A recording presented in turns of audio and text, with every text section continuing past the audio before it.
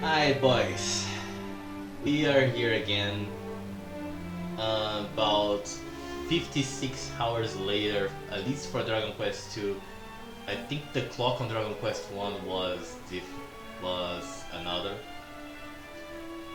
But yeah, the time has come to review the other part of the HD-2D remakes, which is the Dragon Quest 1 and 2 remakes.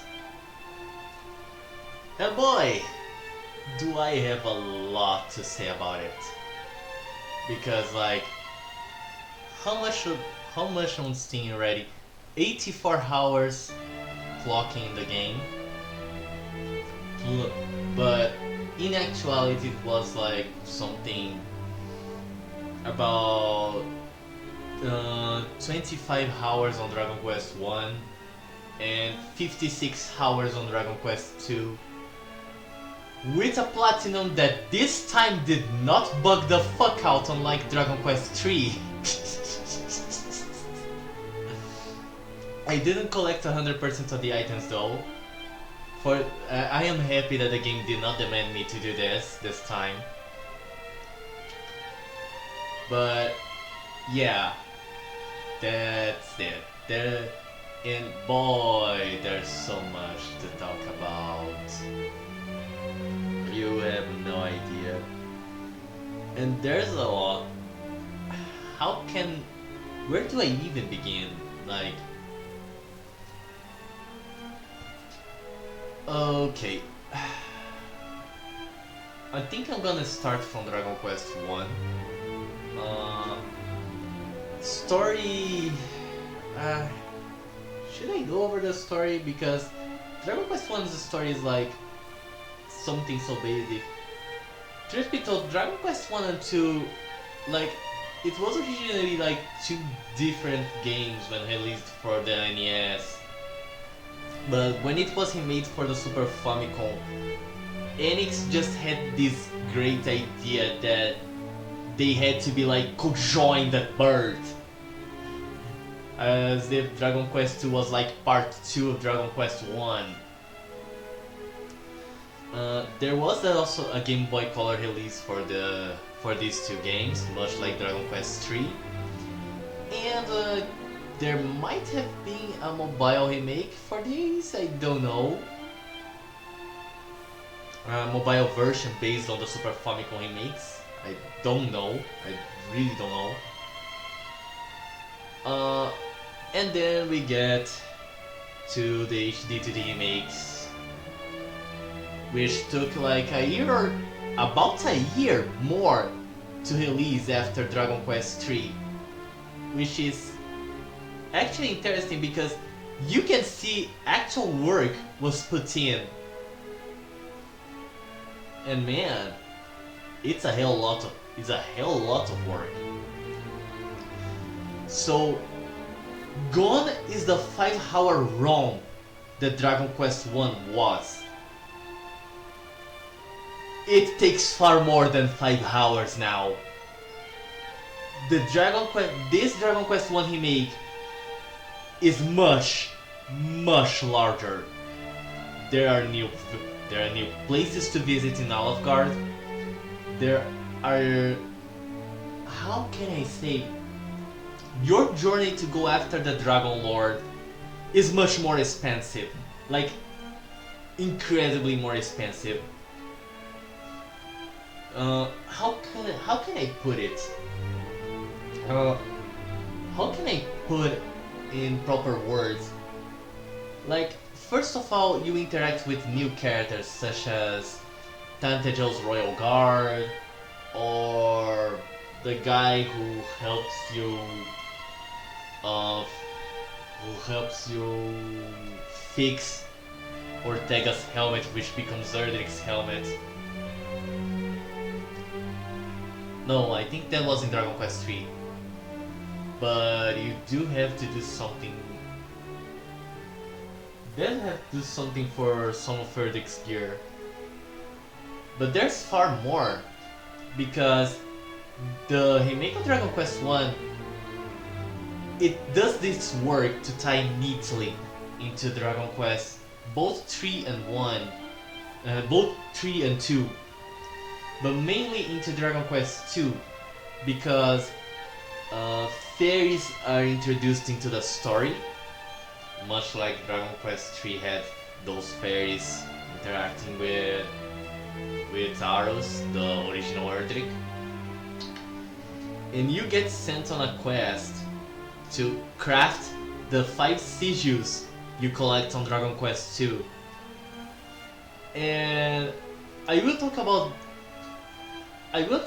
these sigils later because they become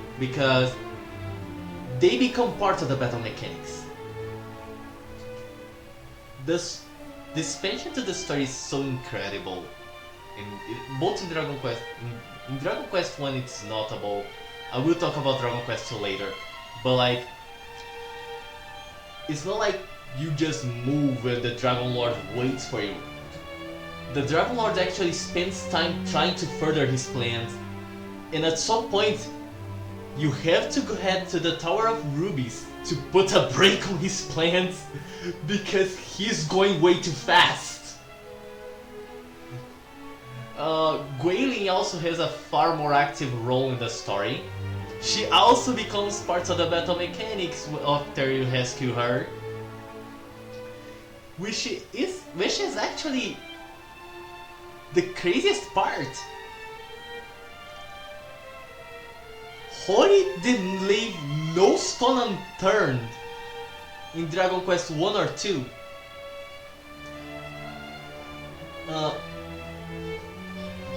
Okay, man, it is actually satisfying to see how much the game was expanded on, how much connective tissue on the Erdrick trilogy the game gets.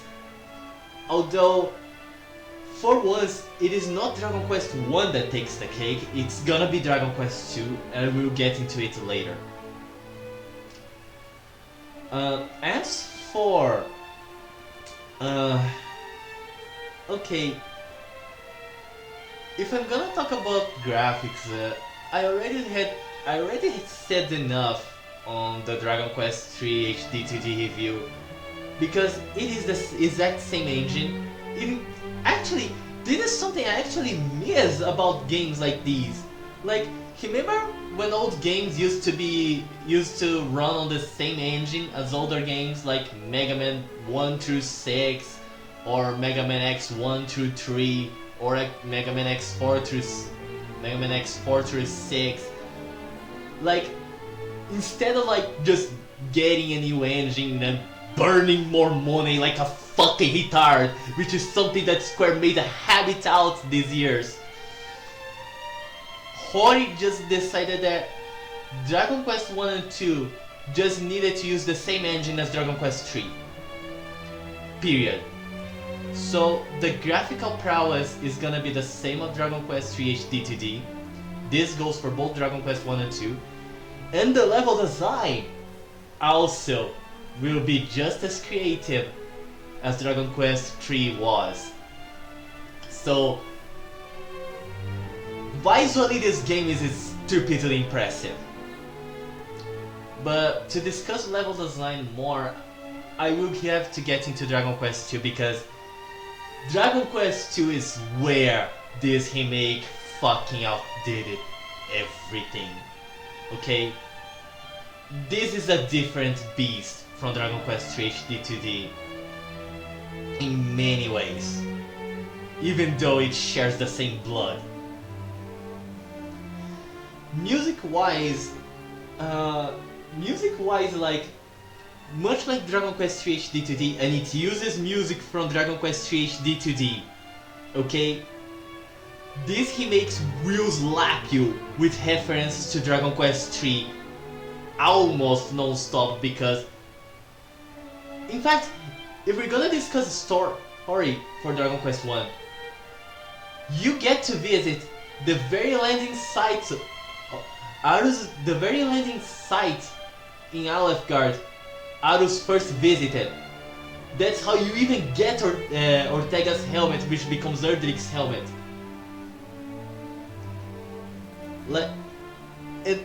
Wow! they made no secret of the connective tissue. Like, in the Super Famicom remake, these connections weren't obvious because these connections were all established by Dragon Quest III. But in the HD-2D, it does the actual job of connecting everything. A full arc. And this shows in the music too, and the music is very well done. Oh man. Now, as for the battle mechanics, first of all, everything from Dragon Quest III HD-2D was incorporated.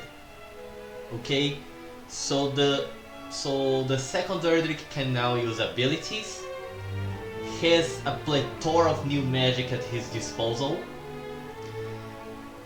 Enemy, oh, I will talk about the difficulty too. I think I forgot because, oh yeah.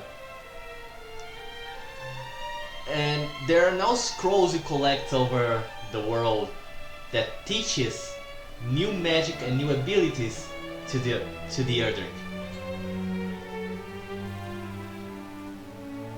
And along the game, two things will help you further.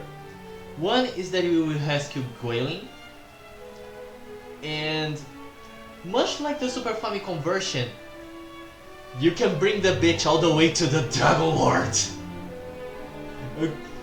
But this time, she won't be dead weight to you. She's not gonna like be the cheerleader for much long. She's like, after you put the brakes on Dragon Lord's attempt to break the Sphere of Light open, Gwailing gets new powers to overcharge the Erdrick. So now she has a function to help you in battle. And remember that I mentioned the sigils just minutes ago? Well, these sigils provide abilities to use in battle, such as increasing the effects of items, or granting critical hits to magic and abilities, or increasing the there's a lot of effects, but the main one is with the Soul Sigil. The Soul Sigil will allow you to overcharge your abilities and magic if you achieve certain conditions. The most basic is hitting half HP, but under other certain conditions, under certain buffs and stuff, you can achieve this.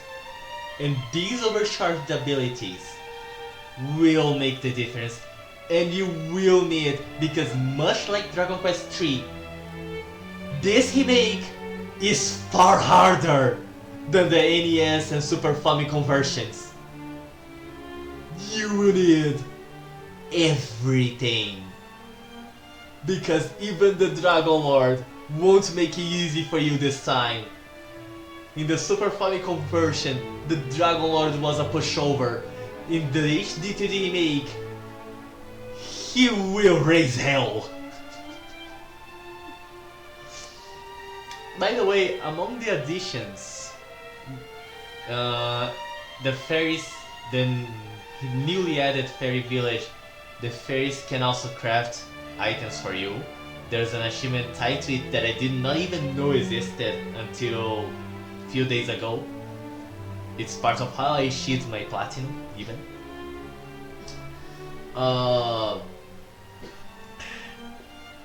And what else? Oh yeah, the mini medal system. They added mini medals to both Dragon Quest 1 and 2, so you have to go collect those as well.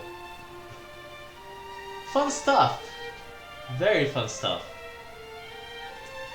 Localization for that matter, on Dragon Quest 1 is quite standard fare. They went out of their way to keep the Elizabethan English. They invested on.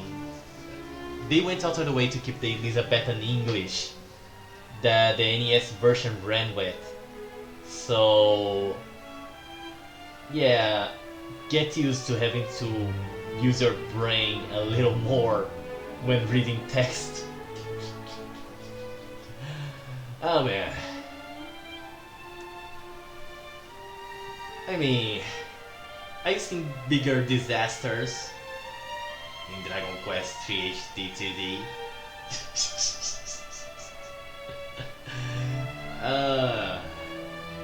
I mean, Dragon Quest III HD-2D, I cannot say I didn't have fun with the localization, especially when I got to Bharat and I couldn't help myself making constant jokes about India.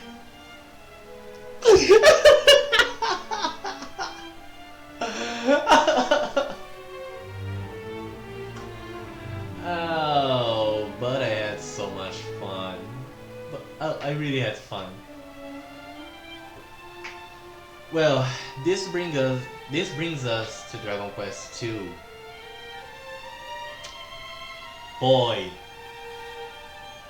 this is the actual meat of these two remakes. Like, this is the actual meat of the bundle. When I played the Super Famicom version, Dragon Quest II, like, it was a good game, but it was also nothing special. Especially when you compare it to like Dragon Quest 1 and then Dragon Quest 3. In my order of playing Dragon Quest was like Dragon Quest 3, then Dragon Quest 1 and Dragon Quest 2. So when you stack Dragon Quest 2 against 1 and 3, 2 is not that special. Yuji Horii changed this in the HD-2D remake. Dragon Quest II is now a beast as big as Dragon Quest III, if not bigger. It might be one of the best modern Dragon Quest products, which says a massive lot. How do I even begin to talk about the story suffered? No, it did not suffer, it enjoyed so much expansion. And we're not talking expansion like Final Fantasy VII Remake, where the old version is canon and Sephiroth is like Doctor Who. The people in charge of Final Fantasy right now should all be fired. Like, replace them with Yuji Horii. Yuji Horii is a much better writer than anything in... Yuji Horii is a much better writer than any motherfucker involved with Final Fantasy right now. He's a much better writer than anyone involved with Final Fantasy right now. Okay? Are we clear on this? Are we fucking clear on this? I have nothing but praise for Yuji Horii right now.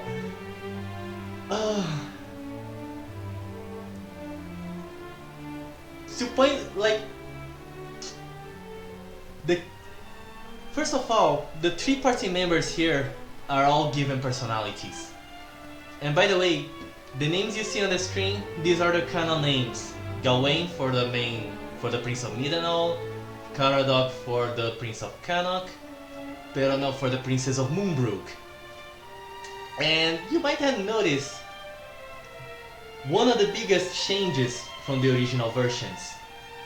There is a 4th party member now, Matilda, Caradoc's sister, which he rebuked in the original versions, but Caradoc's personality also suffered a bit of a change in the HD-2D remake, and Matilda's did as well. And man, sometimes she steals the show, Like, in fact, every character has moments. Every one of the four scions of Frederick have moments in this version of Dragon Quest II.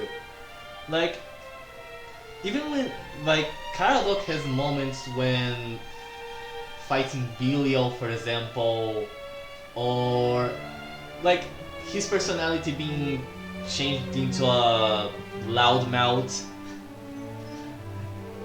where he, or more or less a butt monkey of the party, where he always gets the receiving end of misfortune. To the and by the way, like in the Super Famicom version, he also falls to a curse. It becomes part of the main story. It even becomes part of the main story that you have to get an Yggdrasil leaf to heal him. This is also the part of the story where Matilda joins. There's so much, and there's also many new characters. There's the Peronel also gets Peronel also. She's quite a character because she starts off like the girl has some bloodlust over the fall of Moonbrook. Like, and she has moments like it, like she develops into a much lighter character over the course of the game, but at moments you can see she's out for blood. Anything that follows Hargon, she's taking out a lot of anger on anything that serves Hargon. For a chunk of the game, she's a very angry girl, but she gets much better with time. Matilda's a firecracker of a girl. She's also pretty rebellious. At first she's like, oh okay, no, it's not my part to go on this crazy adventure with my cousins, with my brother and cousins. But like, once Caradoc falls to a curse, she just clicks in her. It just clicks in her that she has to take action, and she goes on her own to first to Baron to check on Caradoc, and then to the Yggdrasil tree, which, by the way, it's not just a tree; it's a dungeon now. The place is a new locale, a new dungeon that you have to traverse to get to the leaf. Yeah, it's a lot. There's a lot of new things in Dragon Quest II. And after that, like, she will act like the party's jester for a while, because she will goof off a lot. But as she levels up, she actually becomes a quite competent member. As she levels up, as she learns spells and abilities from scrolls, she's actually quite a competent member. As for Gawain, it's the same thing. He's the mute protagonist, the Prince of Midenhall. There is character to him, such as being bullied because he's not able to use magic. This was kept from the original versions. He is the brute of the team, but this time he also has access to abilities which help him, like, not stay behind. In fact, he's the main damage dealer of the party. I mean, Caradoc is also a damage dealer because he learns Kazab, but like, Gawain pulls incredible amounts of weight. Like, it's pretty much like using Arus in Dragon Quest III. You just have your party centered around buffing the shit out of Gawain, and then you let him, and then he lets an overcharged ability loose, and then bosses fall within 2 attacks because he also can learn Wild Side.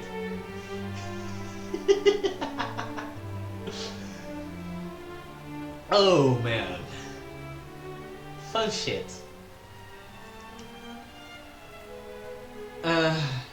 But it's not like the characters are not like the only thing that got expanded.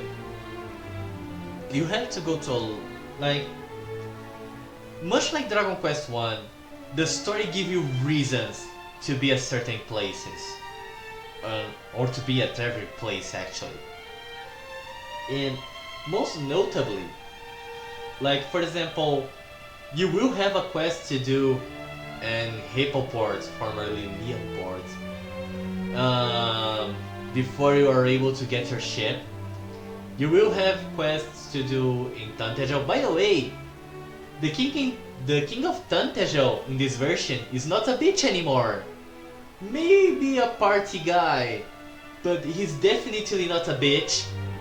And in fact, he even helps the Scions of Erdrick. Even suggests them to visit the Dragon Lord's descendants, who also turns out to have a much expanded role, including a role vital to the game's ending. Oh, you're also told to visit the tower. You're also told to visit the Tower of Rubies again. Yeah. By the way, Alefgard. You know, in the Super Famicom and NES versions of Dragon Quest II, Alefgard has nothing to show for it because it is heavily compressed in the heavily expanded world map. It is much smaller, to the point that you only had like Tantejel and the Dragon Lord's castle. The HD-2D version went out of its way to keep every single location from Dragon Quest 1 HD-2D in this game. I think the only places you don't visit from Dragon Quest 1 HD-2D will be the Fairy Village, it is not there anymore, and a dungeon near Himolder, I forgot the name, it was Island of something, but it was, no, it was near Cantling, sorry, but it was integral to the Cantling quest in Dragon Quest 1. Dragon Quest 1 also gives you reasons to be at places too, by the way, I forgot to tell you. Man, Alefgard is a hell of a ride, because it kept every place from Dragon Quest 1 HD-2D. Like, the devs really cared for this game, really cared for the material they were working with, and like seeing that I could visit everywhere in Alefgard from Dragon Quest 1, it made me happy. It made me really happy. Wow, it made me happy. Several quests had their stuff, but from the moment you start the Tower of Rubies, the main difference from the original versions begin here. So the fairies from Dragon Quest 3 and 1, they are here too. And these fairies will introduce more story plots for you. So, for example, at one point you will have to visit the actual palace of the fairies, which is in a lake near a cave you visit at the start of the game. And you have to rescue the fairies from one of Hargon's top generals. By the way, the 3 bosses you faced before Hargon in the Super Famicom version of Dragon Quest II, they were heavily expanded too. They're not like just guys they're not just beef gates blocking your path to the motherfucker. No, they are active threats. They are introduced earlier in the story with the sole purpose of with the sole purpose of furthering Hargon's plans to pretty much destroy the world and make it again on his image. Fun shit! Video is the first introduced, then there is the mermaid subplot that you get thrown into right after. By the way, Matilda character moments, by the way, where she's thrown into a fucking rage upon seeing the mermaid's lair being attacked by Mariela, a new servant of Hargon that's introduced for this remake. Oh, and by the way, the mermaid's quest is intertwined with a little quest at the town of Kazan. What's the name? Zahan. Sorry, Zahan. And things get really interesting here and there because Mariela is a fucking asshole. Boy! And the fact that you get to beat the shit out of her in 2 parts of the game. By the way, a specific part of the final dungeon when you enter, she has a when you enter the dungeon, when you face the illusion of Midenhall. Oh, that part is expanded and she serves and she's the one causing the illusion. And you beat the shit out of her for it. Wow. I'm getting into spoilers, but I have to comment on the difference between this game and the NES and Super Famicom versions.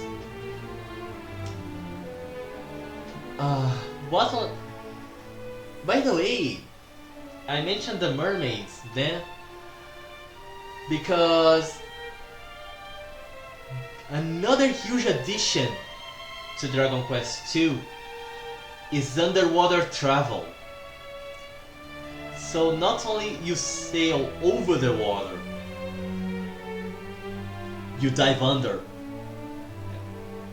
And wow. The underwater segments of this game. Here is where I comment on the difficulty for Dragon Quest II HD-2D.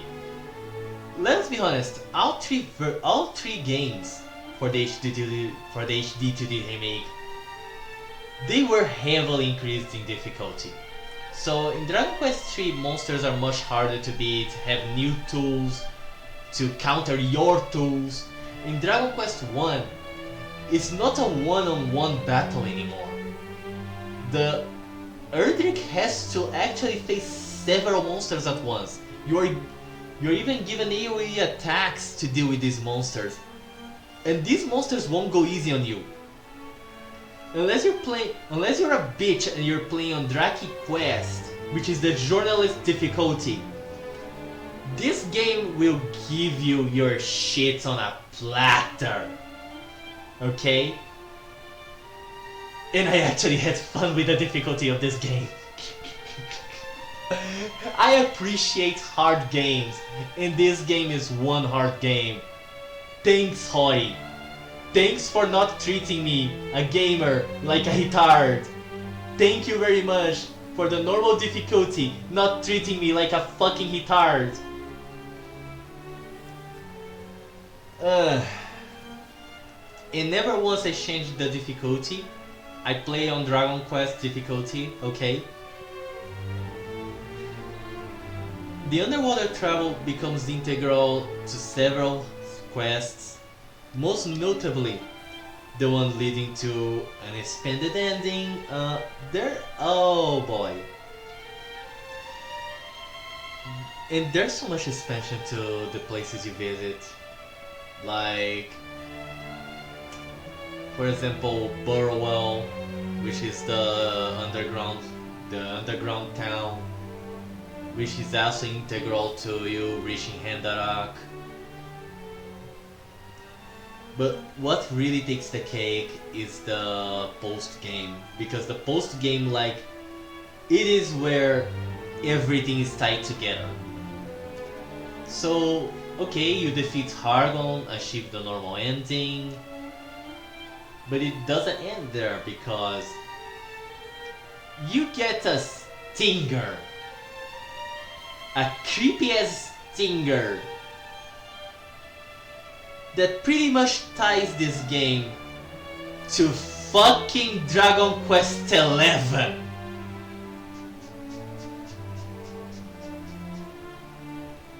That's right, boys. You know when Dragon Quest XI's ending led you to Dragon Quest I? Welcome to the full circle. This remake is taking Dragon Quest XI into consideration as well. And boy, does it pay off. Because to get to the expanded ending, you have to go retrieve the Sphere of Light, which Erdrick left with the dwarves. And they hid it behind a 25-floor super dungeon. At least it doesn't have a boss. And I did it all in one go. It took me 4 hours to complete that dungeon. It was actually fun. It also had King Hydras, which were just as fucking brutal creatures in Dragon Quest III. The game pulls no punches at me. The Cloud's Gate Citadel is also back from Dragon Quest III, which is another fun side quest where you get to make wishes and get Ruby's sword and get... and in this game you get new scrolls to learn remaining abilities for the Scions of Erdrick. Oh! Yes! And unlike Dragon Quest III, which removed the Bashizi boards, Dragon Quest II kept the Tombola tickets. And the Tombola tickets work in a way not unlike Gacha. Like, you actually make Gacha pulls with the Tombola tickets, which is, I think, personally, much better than the original versions of the Tombola tickets. So, and I had to reset a lot to get the... gear. The best gear from there. But man, that best gear does numbers. Holy shit.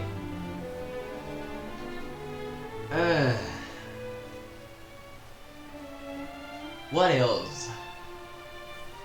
And then you deliver the Sphere of Light to the Dragon Lord, to the Dragon Lord's descendants. And you get a fight with the Dragon Lord's descendant. Winning that fight grants you enhanced versions of Erdrick's Sword and Shield, which you then take to the fight with Hargon, which enables you to fight the true final boss of this game. And yes, there is an expanded final boss fight. And boy, does it fucking show. They made this game in a way that it actually closes out the entire arc of the Erdrick trilogy. Like, what once was like nothing special, Dragon Quest II has become the full arc payoff.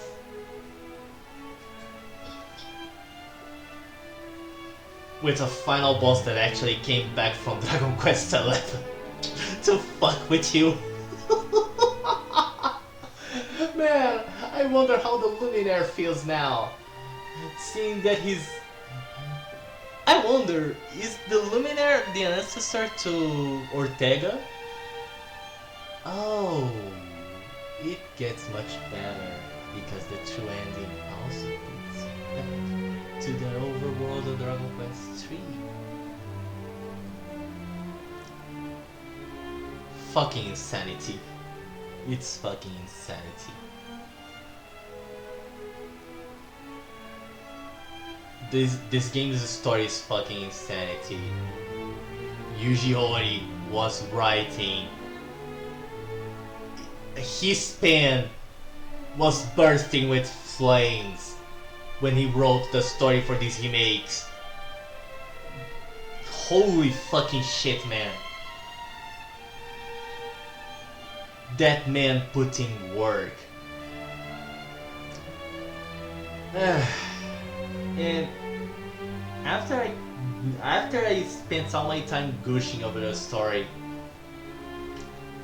what can I even say about the rest of the game? Because music and graphics are already commented on from Dragon Quest 1. Difficulty is already commented on. I mean, gameplay-wise, Dragon Quest 2 pretty much plays like Dragon Quest 1. Once you get the sigils, they do their intended effect. In fact, but instead of the soul sigil having been first for me in Dragon Quest 1, it was actually last in the story for me. So I only got access to enhanced abilities when I was almost ready to face Hargon. So, and man, you learn to make good use of. You need to learn to make good use of the Moon Sigil, of the Soul Sigil in this game. Because the game will not hold back with you. The game will really not hold back with you.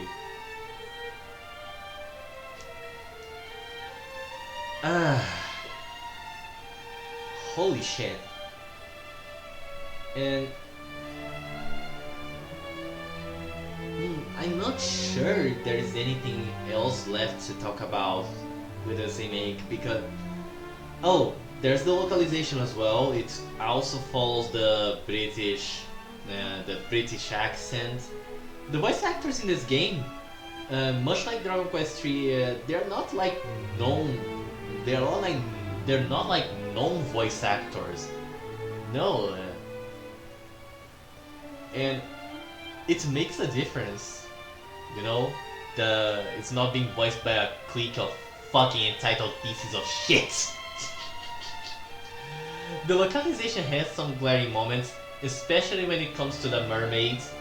A particular pair of mermaids starts spitting some modern slang that can throw you off at times, especially when you try to follow up their rhymes.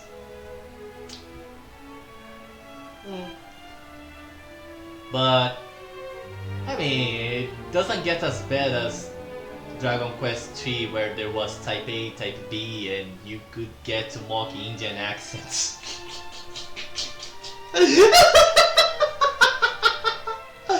Oh man, I'm going to hell for this.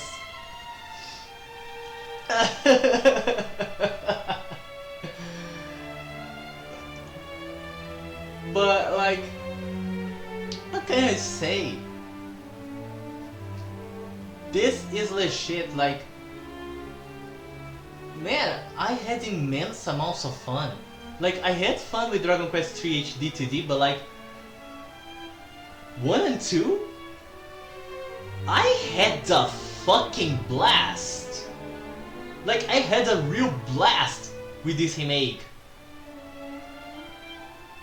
These 3 games, Dragon Quest 1, 2, and 3, in its nature, this is how a video game remake should be done. This is what a video game remake should be. Much like Dragon Quest 1 on the Super Famicom, marginally expanded, but like the HD-2D remakes, they did the job they were meant to.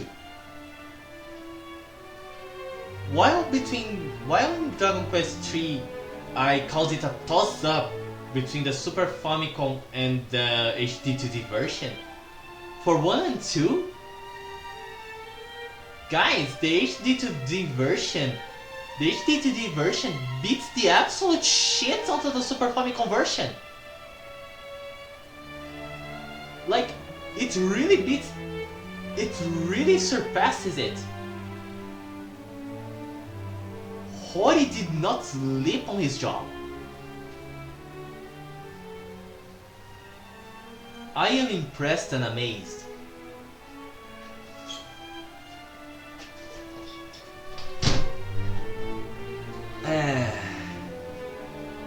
Seriously, I am impressed and amazed. Like, what was the grade I gave for Dragon Quest III HD-2D again? Let's see if I can find my videos here, because I did upload it to YouTube.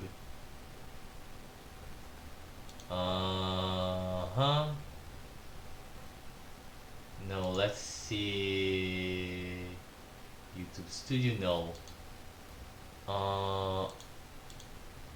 History playlists. Oh, okay, manage videos. That should help me. Sorry for this, but oh, it was even the last review I did. Oh, there was a Light 8, which I slapped on the game because of the localization and the censorship. Man, I don't know. Dragon Quest I HD-2D deserves far more than a Light 8. That's easily a strong 9. That's very easily a strong 9. It's one of the best remakes I've ever played in recent times. I cannot bring myself to give it a low score.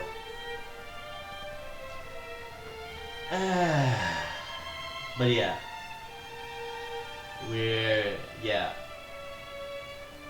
This was a hell of a ride for me. And for those who play this game, it's gonna be a hell of a ride as well. This is a heavy recommend. In fact, play the whole Erdrick trilogy. Like, at this point, I played both the Super Famicom version and the HD-2D, so yeah, go for it.